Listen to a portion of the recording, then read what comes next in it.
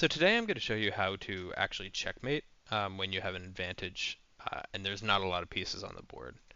Um, so one of the simplest ways to checkmate is when you have two rooks. You can do what is called the ladder mate. And the idea is basically you want to slowly march your rooks across the board. So the way you do it is make sure the rooks are on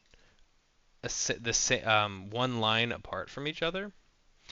And you have to be careful not to let the king actually take your rook. So you can just kind of roll them along. They're going to try and attack, at which point you can just move your pieces um, and continue the mate. Um, Same thing works when you have a queen.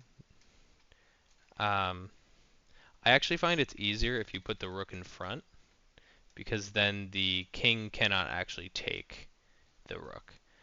Um, so sometimes it can be a little bit annoying to actually get your pieces aligned. Um,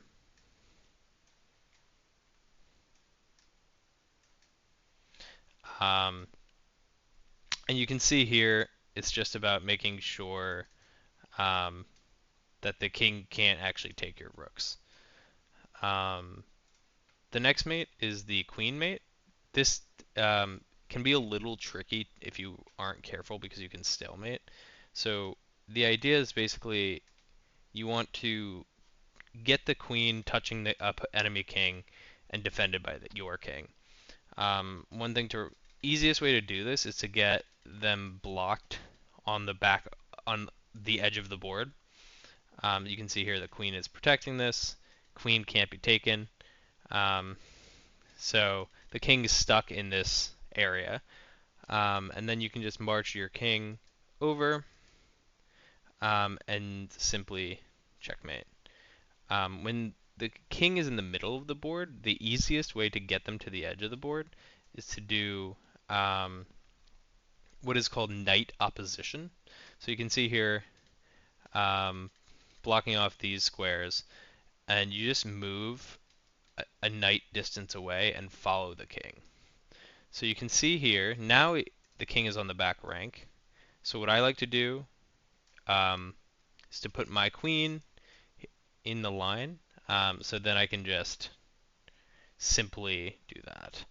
Now you can see here they're actually knight opposition already, so you can just move your king and continue the process. Now, to avoid stalemate, I always just go as far away as possible, march my king over, and once again, you want the queen to be touching along the wall. Um, and this is just promote and do the same thing. Um, and you can see here, just march the king over. It's a pretty quick mate. Um, the next mate is the single rook mate.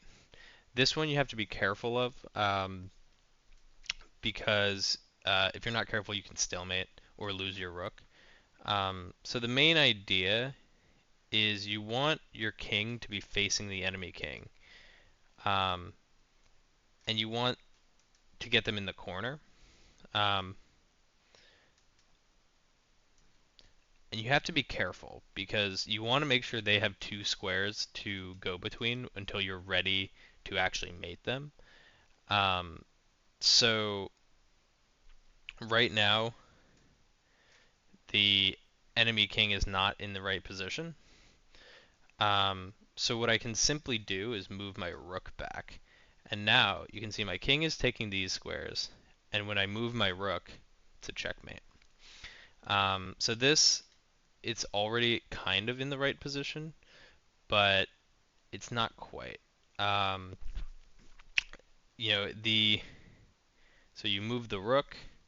Now these three squares are protected by the king, and you can attack. Um, and so now when the king is not on the edge of the board, what you want to do is kind of follow the king with your rook as they move away to create a smaller and smaller kind of box. Now, you have to be careful here because you don't want to um, lose your rook. Same thing applies. You get them into the corner. You have to make sure you time the moves. So once again, blocking, create a wall. And those are the three kind of core mating patterns. There are other ones you can try on the website, such as the two bishop mate, bishop and knight mate, queen versus rook. Queen versus rook is generally you're going to try and fork the rook and the king, and the two bishops mate is just a very difficult mate to pull off. So that is the video, and thanks for watching.